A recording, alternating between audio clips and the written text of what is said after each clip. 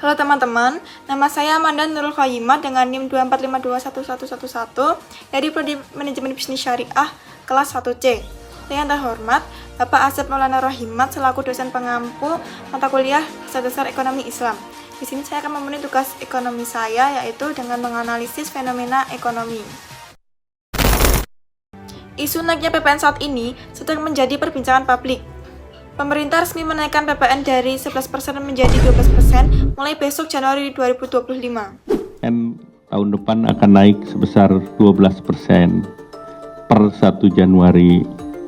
Namun, barang-barang yang dibutuhkan oleh masyarakat, ini PPN-nya diberikan fasilitas atau nol. Dari pernyataan tersebut, didapatkan bahwa pemerintah telah resmi menaikkan pajak pertambahan nilai atau PPN pada mulai besok 1 Januari 2025. Di balik pernyataan tersebut, dikatakan bahwa tidak semua barang atau jasa PPN-nya naik menjadi 12%. Hanya barang atau jasa dengan kategori mewah atau premium saja. Kategorikan mewah, maka kita juga akan menyisir untuk kelompok harga untuk barang-barang dan jasa yang merupakan barang jasa kategori premium tersebut, seperti rumah sakit kelas VIP, pendidikan yang standar internasional yang berbayar mahal. Lalu, bagaimana dengan barang-barang pokok yang dibutuhkan masyarakat? Seperti kata Menko Perekonomian tadi, dikatakan bahwa barang pokok dan kebutuhan sehari-hari PPN-nya 0%. Lalu, barang apa saja yang bebas dengan PPN?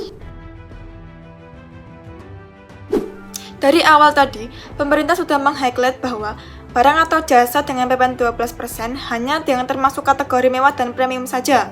Tetapi, pasti banyak yang berargumen, apakah semua ini tidak terdampak pada ekonomi kerakyatan? Dan inilah pendapat pakar ekonomi mengenai permasalahan tersebut. Kenaikan PPN dari 11% menjadi 12%, ini tentunya akan membebani kelas menengah, ya. Dan kalau kita mengacu kepada data BPS sendiri, jumlah kelas menengah dalam 5 tahun terakhir ini pun juga jelas, ya, terjadi penurunan, dan di saat bersamaan jumlah masyarakat rentan, itu pun rentan miskin, itu pun justru meningkat.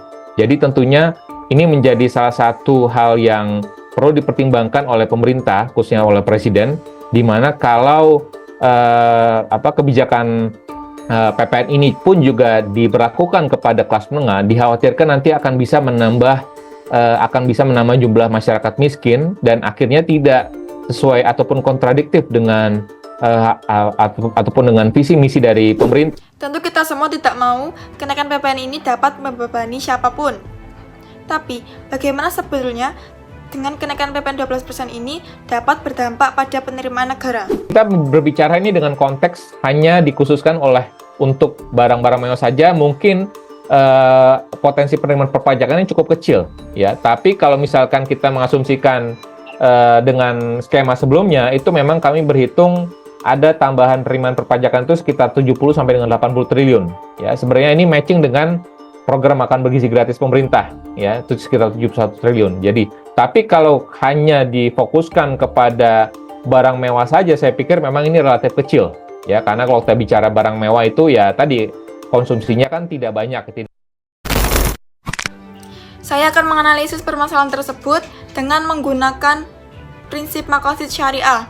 Maqasid syariah terdiri dari penjagaan agama, jiwa, akal, harta, dan keturunan. Di sini saya akan menggunakan 3 prinsip maqasid syariah, yaitu penjagaan agama, jiwa, dan harta. Yang pertama, hifz al-din atau penjagaan agama.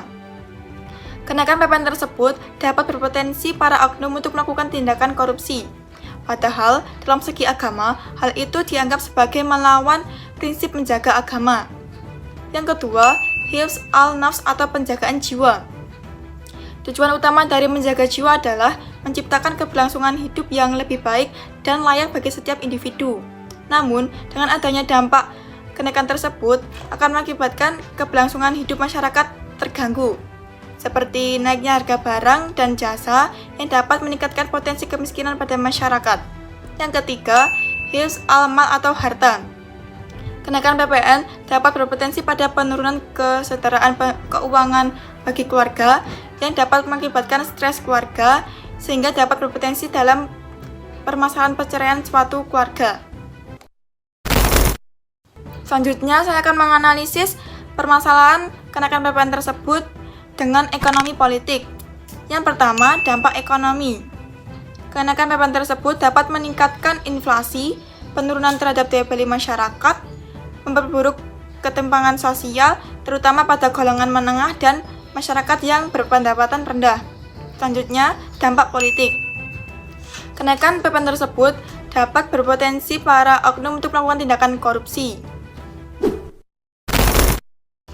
Selanjutnya, yang terakhir saya akan membacakan ayat suci Al-Quran yang berkaitan dengan permasalahan tersebut. Pertama, surat Al-Baqarah ayat 168. Bismillahirrahmanirrahim. Ya ayyuhan nasu lakum mimma fil ardi halalan thayyiban wa la tatabi'u khutuwati syaiton. Yang artinya, wahai manusia, makanlah sebagian makanan di bumi yang baik lagi halal, dan janganlah kamu mengikuti langkah-langkah setan, karena sesungguhnya ia merupakan musuh nyata bagimu. Kedua, surat Al-Kahfi ayat 46 yang berbunyi, Bismillahirrahmanirrahim. Al-malu wal banuna zinatul hayati dunya wal baqiyatus sholatu khairun inda rabbika thawaba wa khairun amala. Yang artinya, harta dan anak-anak adalah perhiasan kehidupan dunia, sedangkan amal kebajikan yang abadi pahalanya adalah lebih baik balasannya di sisi Tuhanmu dan lebih baik untuk menjadi harapan.